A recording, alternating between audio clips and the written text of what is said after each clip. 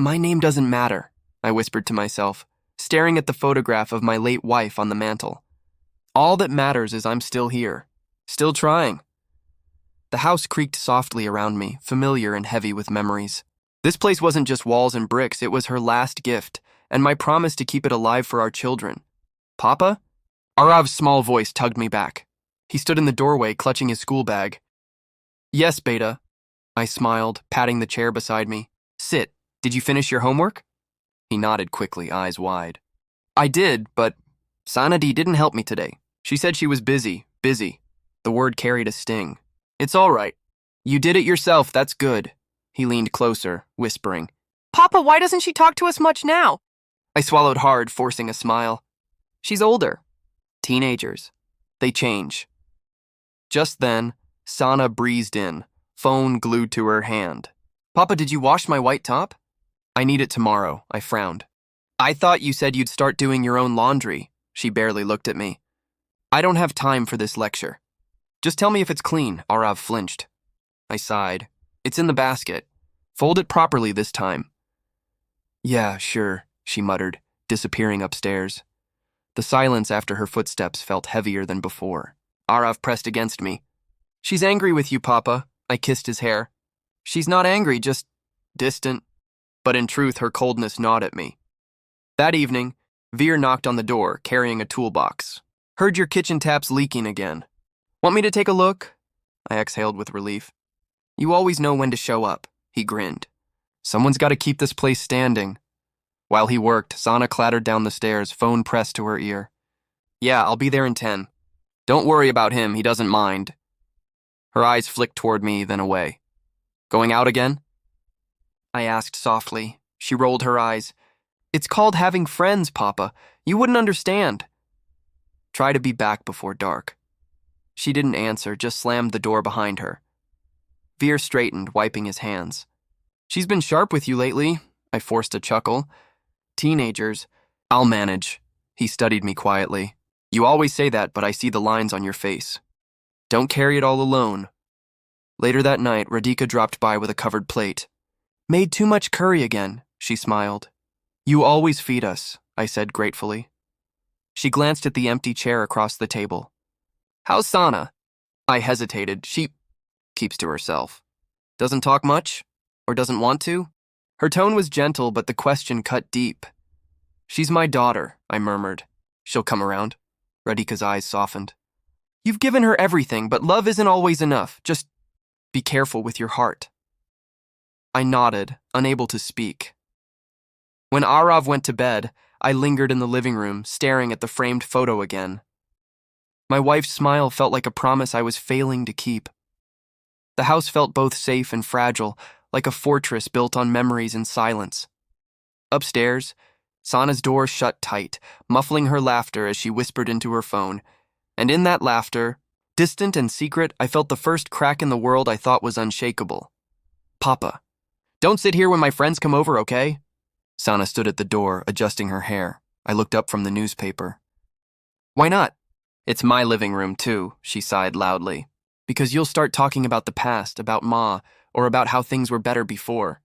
It's embarrassing. Embarrassing? The word struck harder than I let show. Sharing memories of your mother is embarrassing? Not memories. You, she muttered under her breath. Arav glanced at me nervously from the couch. I forced a smile. Fine, I'll stay in the kitchen. The bell rang and her friends flooded in. I could hear their laughter mixing with Sana's voice. Yeah, my dad's stuck in old times, she said loudly enough for me to hear.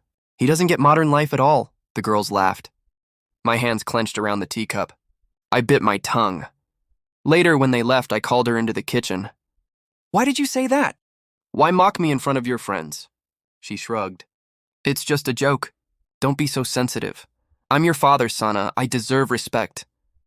Her phone buzzed and she glanced at it, barely listening. Respect is earned, Papa. Don't make a big deal out of everything. I stared at her, unable to answer. She walked away. That night, while locking the doors, I heard her voice through the thin wall. Whispering. Cold. I just wish he'd disappear. Then the house would finally be mine. My breath caught. My knees trembled, and I gripped the railing for support. She laughed softly into the phone, a sound that no longer belonged to the daughter I knew. When she came downstairs later, I confronted her. "Sana, what did you mean earlier? About me disappearing?" She froze, then smirked. "You were listening? Wow, Papa, that's creepy." "Answer me." "It was nothing. A joke between friends." Her tone dripped with mockery. "You're imagining things again. Paranoia, maybe?" I shook my head. "I heard you. You said the house would be yours." She laughed, cold and sharp. "Are you going senile already? Maybe you should see a doctor." Arav, rubbing his eyes, stepped into the hallway. "What's going on?" "Nothing," Sana snapped. "Papa's accusing me of things I never said." I looked at him, helpless. "Arav, you believe me, don't you? You heard her before." He froze, torn. I don't know. Maybe you misunderstood." Sana wrapped an arm around him. "See? Even Arav knows. Stop trying to turn him against me." My voice cracked. "I'm not trying to turn anyone. I'm just asking for honesty." She rolled her eyes and marched upstairs, slamming the door. Arav shifted uncomfortably. "Papa, maybe she didn't mean it. Sometimes people say things they don't mean." "Sometimes words reveal the truth," I whispered. The next morning, I met Radhika near the gate. She studied my face. "You look pale. What happened?" I hesitated, then said quietly, "Sana." She said she wished I'd disappear, that the house would be hers. Radhika's eyes widened. "She said that to you?" "No, on the phone." But when I confronted her, she laughed at me. Twisted it. "Did Arav hear?" "He doesn't know what to believe." She touched my arm gently. "Listen to me. Love is powerful, but it can blind you. Don't let it destroy you." I swallowed the lump in my throat. "She's my daughter." I raised her. "She can't truly mean it." "Maybe not," Radhika said softly. "But seeds of greed, once planted, they grow." Her words echoed in my mind all day. That evening, Sana barely acknowledged me. Arav tried to lighten the silence, asking, "Papa, will you help me with my school project?" "Of course," I said, forcing cheer. Sana snorted. "Still clinging to Papa like a child?" Arav flushed. "At least he listens to me." Her smile faltered. For a moment, her eyes burned with something darker than annoyance. Resentment. When she stormed upstairs again, Arav whispered, "Papa, why is she like this now?" I pulled him close. "I don't know, Beta. I wish I did, but deep inside I did know. Something had shifted. And though I wanted to believe my daughter's cruelty was only a phase, Radhika's warning echoed in my chest. Love can blind. And maybe I was already blind. I first heard it at the market. 2 women whispered near the vegetable stall, their eyes flicking toward me. "He's controlling, you know. Won't let his daughter live her life. Clings to the past too much. No wonder Sana feels trapped." My hands went cold. I dropped the tomatoes back into the basket. When I reached home, Veer was fixing the front gate. He noticed my face. "What's wrong?" "You look like you've seen a ghost." I lowered my voice. "They're talking about me. Calling me controlling. Saying Sana feels trapped," he frowned. "That's nonsense. Everyone knows how much you've sacrificed, do they?" I asked bitterly. "Because Sana's been telling them otherwise." Veer shook his head. "She's a child. She's not a child anymore." "She knows exactly what she's doing. That night I couldn't eat. I sat at the table staring at my plate. Arav nudged me. "Papa, you're not hungry?" I forced a smile. "Not tonight." Later, lying in bed, I stared at the ceiling. Her words haunted me. "I don't need him anymore." I turned onto my side, clutching the pillow. My chest ached as though those words had pierced through bone. In the morning, while I watered the plants, I heard more whispers over the wall. "He keeps that house locked in the past. Poor Sana can't breathe." She told me he even checks her phone sometimes. I froze. Lies. All lies. But spoken with such certainty that the neighbors believed them. I went inside, trembling. Ara followed. "Papa, why do people look at us strangely?" I sat heavily on the sofa. "Because Sana's been telling them stories." "Untrue stories," he frowned. "Does she hate you?" The question cut deeper than any rumor. My throat tightened. I tried to answer, but only a rasp came out. "I don't know." Tears stung my eyes, but I forced them back. Arav's gaze was too innocent, too trusting. I couldn't break in front of him. That evening, Veer came over with groceries. I heard some of the neighbors talking. I told them straight, don't believe a word. I know you, and you're not the man Sana makes you out to be. My chest tightened. And what did they say? They nodded, but he paused. There was doubt in their eyes. Rumors stick fast. I leaned against the wall, exhausted. I worked 2 jobs after her mother died. I skipped meals so they could eat. I wore the same shoes for 5 years to pay their school fees. And now I'm the villain? Veer's voice was firm. Don't let her rewrite your story. You've done more than most fathers could. But the humiliation clung to me like a second skin. Even Radhika, when she visited, asked carefully, Is everything all right between you and Sana? People are saying, I know what they're saying, I interrupted sharply. Then I softened. I just never thought my daughter would turn people against me. That night was the worst. I couldn't close my eyes without hearing Sana's voice, sharp and cruel. I don't need him anymore. I tossed and turned until Arav tiptoed in. Papa, are you awake? Yes, Beta, I whispered. He sat on the edge of the bed.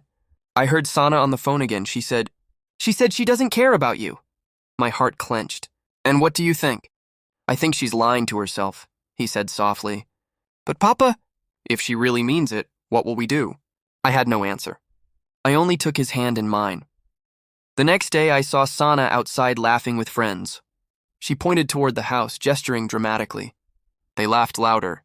I stood by the window, invisible, watching the walls of my world collapse. When she came inside, I asked quietly, Why are you telling people I control you? She gave a mocking smile. Because you do. You're always holding me back, always making me feel guilty for wanting more. More what? I asked, my voice shaking. More life, more freedom, more than this stale house full of your memories. I stared at her, unable to breathe. She brushed past me, her perfume sharp, her words sharper. That night, I sat in the dark, listening to the clock tick. The pain was unbearable, but underneath it, something stirred. A whisper inside me. What if love isn't enough? What if she truly wants me gone? For the first time, I didn't shove the thought away. I let it sit there, burning quietly, and in that burn, I felt the faintest spark of defiance. Nice place, isn't it? I froze in the hallway as Sana's voice drifted from the living room. One day, all of this will be mine. I'll redesign it completely. Modern, not this old boring style. Her friends giggled. It's so big! You're lucky. I held my breath, listening as she waved her hand. Lucky? No, I deserve it. I've tolerated my father's old-fashioned rules long enough. This house is my future. Their laughter stabbed me sharper than knives. When the door finally closed behind them, I stepped into the room. You called it yours, I said softly. She rolled her eyes. Oh, Papa, don't be dramatic. It was just talk. Talk that betrays truth, I replied. She smirked. You think you can hold on forever? Things change, I didn't answer. Instead, I walked away. Silence became my armor. That evening, Radhika stopped by with groceries. She noticed my stiff expression. What happened? She shows off the house as if it already belongs to her, I whispered. She doesn't even hide it anymore. Radhika sighed. I warned you. Love blinds, but greed doesn't hide. You need to protect yourself. Protect myself? Yes, her voice hardened. Don't let her strip you of what you built. Gather your strength, quietly. I stared at the floor. She's still my daughter. And you're still her father, Radhika said firmly. But that doesn't mean you should be her victim. Later, Veer leaned over the fence, wiping sweat from his brow after fixing his gate. You look troubled. She claims the house is hers, I admitted. Shows it off to her friends. His brows drew tight. Listen to me. The house is in your name, isn't it? Yes. Then make sure every paper is safe. Keep them ready. Don't give her room to twist the truth. Do you think she would? My voice cracked. Veer looked at me steadily. I've seen pride ruin families. Don't underestimate greed. That night, Arav sat beside me at the dining table. His spoon clinked nervously. Papa, Didi says you'll give the house to her soon. She said you promised. I clenched my jaw. She told you that? Yes. His small eyes darted to mine. Is it true? No, Arav, I never said that. But she said you're selfish. That you don't want her to grow. The words pierced me, but I forced calm. She's twisting things. Don't let her poison your heart, he hesitated. I don't know who to believe. Then believe what you see, I whispered. Do I treat you with love? Yes, Papa. Do I care for you both? He nodded. Always. Then hold on to that. Don't let lies blind you. He lowered his head, torn. My heart ached, but I stayed silent. In the following days, Sana laughed louder, flaunted more, repeated her lies with confidence. But I didn't fight. I watched. Every smile she faked, every whisper she spread, every sneer she threw. I stored it inside me, layer upon layer. At night, alone in my room, I murmured, I begged for her love once, never again. The house felt colder, her presence heavier, but within me something hardened. I no longer saw her as a child to protect. I saw her as someone trying to erase me from my own life. Patience, I realized, could be sharper than anger. Silence could be stronger than pleading, and so I stopped speaking. I let her words echo unanswered. I let her pride swell unchecked, but inside me a new thought bloomed, steady and fierce. I will not be erased. Not by her, not by anyone. The living room buzzed with chatter, plates clinking as relatives gathered. I stood in the corner, quietly refilling cups. Sana's voice cut through. You know, it's exhausting taking care of everything here. Papa can't keep up. He's more of a burden now. The laughter that followed was nervous, awkward. My stomach clenched, but I didn't lower my eyes this time. I stepped forward. A burden? My voice was steady. She smirked, tossing her hair. Don't take it personally, Papa. Everyone knows times have changed. You can't even use a phone properly. A cousin chuckled, then coughed when I stared at him. I set the tray down. You're right. Times change. But some things don't. Respect, for one. The room hushed. Sana shifted. Why are you being so dramatic? I'm not being dramatic, I said firmly. I'm being honest. For the first time, she faltered. I saw it. The flicker in her eyes. The discomfort. Later, when guests had left, she hissed, What was that? Trying to embarrass me? You embarrassed yourself, I answered. I only stopped hiding it. She stomped away, slamming her door. That night, Radhika called.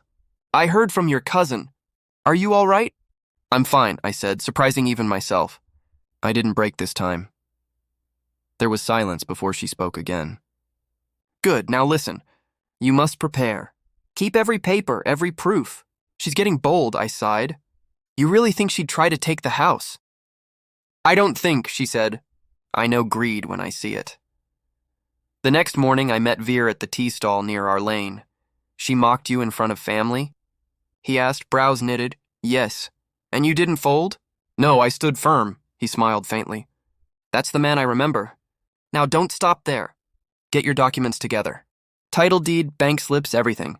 Keep them safe, I nodded slowly. Will you help me? Of course. I'll even get you a locker if you need. That evening, Arav tugged at my sleeve while I read through old files. Papa said, why are you looking at those papers? Just making sure things are in order, I replied. He leaned closer. Didi said you're losing control. That soon she'll decide everything. I looked at him. And what do you think? I don't know, he admitted. But today you didn't look weak. You looked different. I put my hand on his shoulder. Because I realized something, Arav. Silence doesn't mean defeat. It can mean strength. He nodded slowly, eyes searching mine. The days that followed brought more taunts. Papa, why don't you just relax? You're too old to handle responsibilities, Sana mocked at dinner. I sipped my water calmly. Old doesn't mean useless, she narrowed her eyes. You're taking everything so seriously lately. Because I finally see clearly, I replied. Her fork clattered against the plate. She pushed away from the table, muttering under her breath. Later, Radhika visited. You're handling her well. I'm not reacting, just answering. That unsettles her, Radhika said knowingly. She feeds on your pain. Deny her that and she'll crumble. I sat back, feeling something new stir in me, a quiet power. One evening, I found Sana in the hallway with Arav. You don't understand, Arav, she whispered harshly. Papa is clinging to the past. He'll ruin us, Arav's voice trembled. But he's not like that. I see him trying, Sana scoffed. You're too young to see the truth, I stepped forward. Or maybe he sees more truth than you think. She spun around, startled. You're always listening! Because your words don't match reality, I said. Her lips pressed tight, but she had no answer. Later, Arav whispered to me, I think she's lying. Papa. About many things. My chest ached, but this time it wasn't only pain. It was hope. Each day, her dominance cracked a little more. Each day, my silence, my calm, chipped away at her control. One night, as I locked away the final stack of documents in Veer's locker, I whispered to myself, "The house is mine. My life is mine. She won't erase me." For the first time in years, I felt my spine straighten, my voice firm. For the first time, I wasn't only surviving, I was standing. Arav slammed the door behind him, his face red. "Why, Didi, why do you always talk to Papa like he's your enemy?" Sana didn't even flinch. "Because he acts like one. He controls everything, Arav, can't you see? He doesn't control anything," Arav shot back. "He cooks, he cleans, he works. You treat him like he's nothing." She rolled her eyes. "You're just a child. You don't understand." "I understand more than you think," he said, his voice trembling but firm. "He raised us, alone.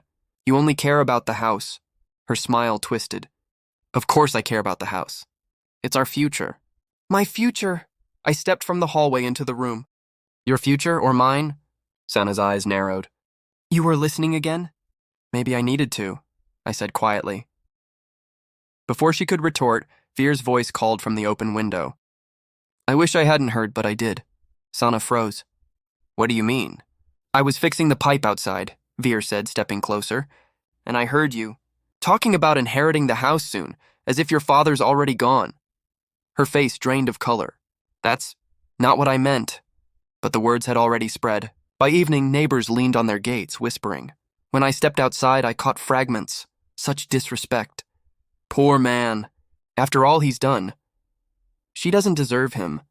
I kept my head high, though each word pierced me. Later that night, Sana stormed into the living room. "You've ruined everything. Do you know what people are saying about me?" I folded my hands in my lap. "I haven't said a word." "You don't have to," she screamed. "You sit there looking like some saint while they all judge me." Arav stood in the doorway. "Maybe they see the truth, Didi." "Shut up," she snapped at him. "You're just his little shadow." I rose slowly. "Enough, Sana." Her chest heaved, anger spilling out. "You think staying silent makes you strong? No, it makes you pathetic." "You're ruining my life!" I met her glare but said nothing. The silence unsettled her more than any argument. She stomped upstairs, slamming her door so hard the glass rattled. Arav moved closer, whispering, "Papa." It hurts to watch, but I think she's showing everyone who she really is. I placed a hand on his shoulder. "Don't hate her, Arav. Hate destroys the heart. Just see her clearly." He nodded, though his eyes filled with tears. Days passed, and the whispers outside grew louder. Veer walked with me one evening. People ask me what happened. I tell them only one thing, that you've been patient. They're starting to respect you more than her. I sighed. It's not respect I wanted. It's peace. He looked at me thoughtful. Then maybe peace will come when you stop clinging to what she uses against you. His words lingered. That night, Sana cornered me in the hallway. "Why don't you defend me? Why don't you tell them I'm not a monster?" "Because I don't control what people see," I said softly. "You do," her fists clenched. "You'll regret this, Papa." She stormed past, but her threat echoed in my ears long after. Later, I sat outside alone. The house loomed behind me, tall and silent. I traced the cracked walls with my eyes, the memories carved into every corner.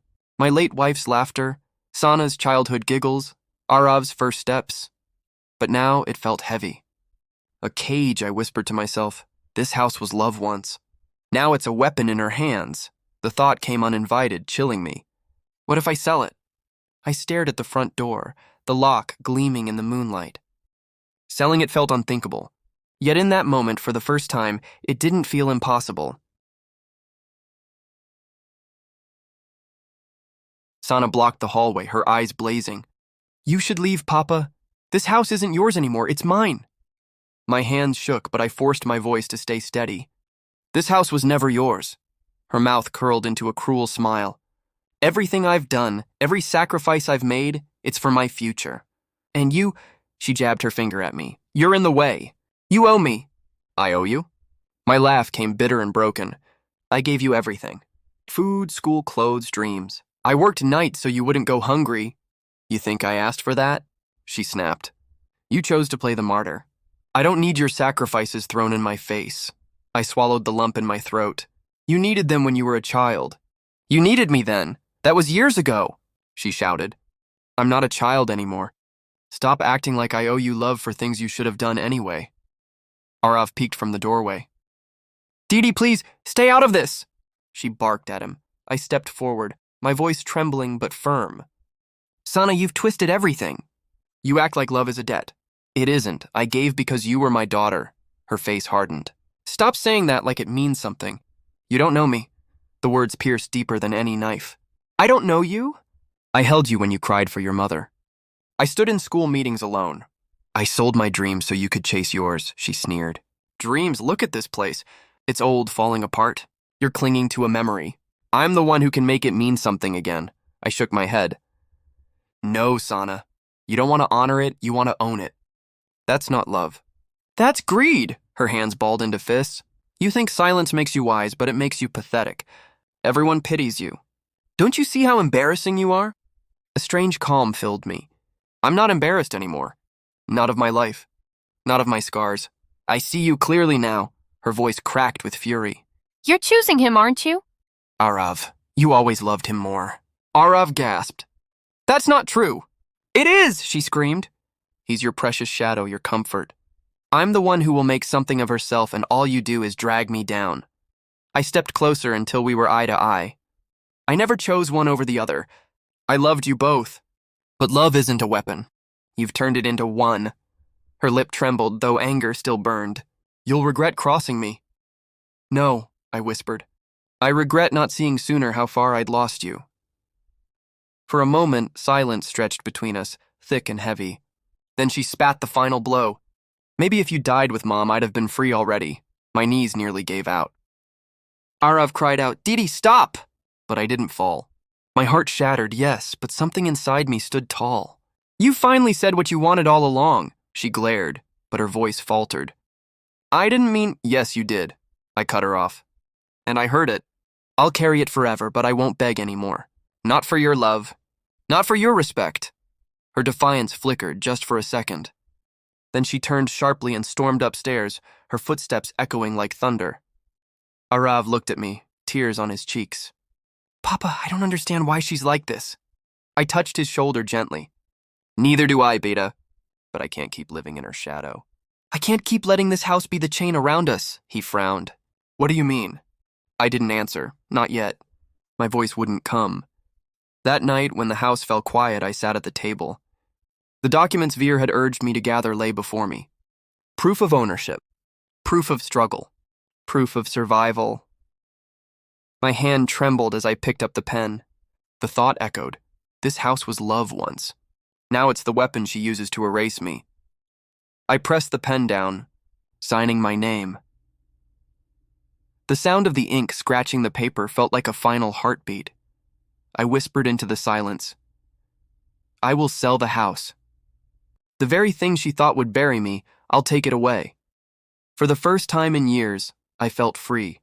The whispers reached me before the shouting did. Neighbors paused at their gates, their voices carrying, "Did you hear? He's selling the house." They say Sana thought it was already hers. Karma, maybe. Inside, Sana stormed into the kitchen, eyes blazing. What did you do? I folded the papers calmly. I did what I had to. You sold it? Her voice cracked, almost a scream. You ruined everything. My future, my reputation, gone. I met her fury with silence. She spun toward Arav, desperation seeping through her anger. Say something. Tell him he can't do this. This house is ours. Arav's gaze didn't waver. No, Didi, it's his. Always was. Her face fell. You're taking his side? After everything I did for us? He shook his head. You didn't do it for us. You did it for yourself. She staggered back as if struck. You ungrateful child. No, Arav said firmly. I'm just tired of watching you hurt him. Her lips trembled. Papa, tell him to stop. Please, don't let him talk to me like that. I exhaled slowly. He's only telling the truth, Sana. She slammed her fist against the table. You're destroying me! No, I said quietly. You destroyed us long before this. The bell rang. I rose, heart heavy, and opened the door. 2 buyers stepped in, polite smiles on their faces. Sana's panic flared. No, you can't let strangers walk through here. This is our home. One of the buyers glanced at me. Shall we look around? Please, I replied, stepping aside. Sana darted forward, blocking their path. Wait, don't listen to him. He's confused, old, clinging to memories. This house, it was meant for me, the woman raised her brows. But isn't it in your father's name? Yes, I answered before Sana could twist it. Every document proves it, the man nodded. Then there's no problem. Sana's voice broke into shrill desperation. Papa, you can't! This house is everything I am! Without it, I'm nothing. I looked at her, my chest tightening. You already made it nothing, Sana. You turned it into a battlefield. Tears welled in her eyes. I didn't mean you did. My voice was steady, sharper than I expected. Every word, every lie, every cruel whisper. You meant them. And now the house won't be your weapon anymore. Arav placed his hand on my arm. Papa, let them see. It's time. The buyers walked through, their footsteps echoing against walls once filled with laughter. I stood still, but inside, I felt every echo like a wound. Sana collapsed into a chair, covering her face. You're cruel. You're both cruel? No, I said. Cruelty was wishing me dead so you could have these walls. She lifted her tear-streaked face. I was angry. I didn't mean it. Anger doesn't excuse betrayal. The buyers returned, smiling. We'll take it. The papers can be finalized this week. Thank you, I said, shaking their hands. Sana's cry pierced the air. Papa, please! Don't do this to me! I'll change. I'll be better. I turned away, unable to watch. My heart twisted, but my steps didn't falter. She reached out, voice breaking. Just once, forgive me. Don't take everything away. I paused, the weight of years pressing down. Then I whispered, I already forgave you too many times. Her sobs filled the silence. Arav stood beside me, steady, loyal. As the buyers left, neighbors gathered outside, whispering louder now. Poor man, what he went through. She thought she could outsmart him. Pride always falls. Sana buried her face in her hands. They're laughing at me. They think I'm pathetic. I closed my eyes. They don't need to think anything. You already showed them who you are. She looked at me, her pride shattered, fear swimming in her eyes. For the first time I saw regret there. Her lips trembled. Papa, please! But I turned away. The house, once my wife's gift, once our children's shelter, no longer felt like home. It was a grave of love, poisoned by betrayal. I whispered to myself, steady and final. For the first time, I'm not the weak one. Behind me, Sana's sobs filled the hollow rooms. For the first time, she tasted loss.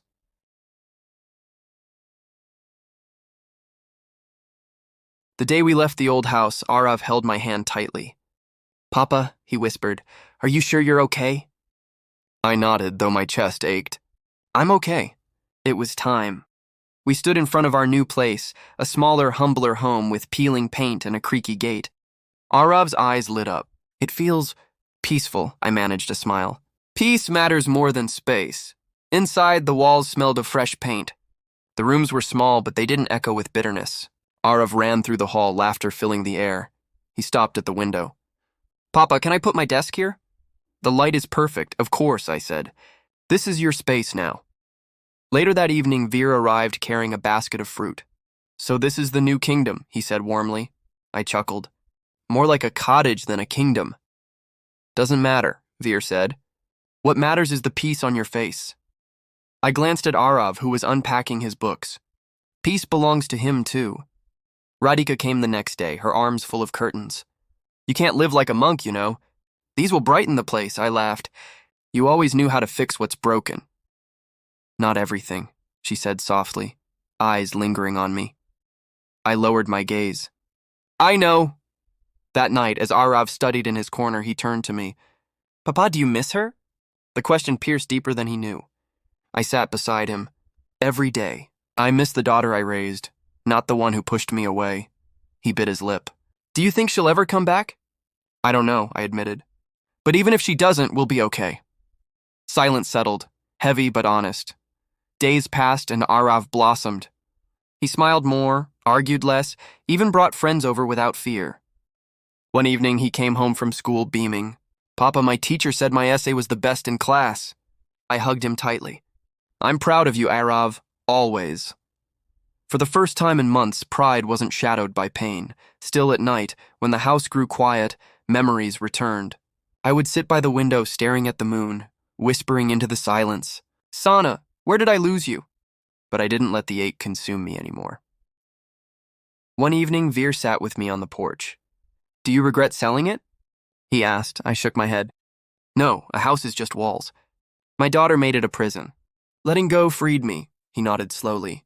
You've grown stronger. I had no choice, I said. Love blinded me once. Not anymore. Radhika joined us with tea, smiling gently. You look different, you know.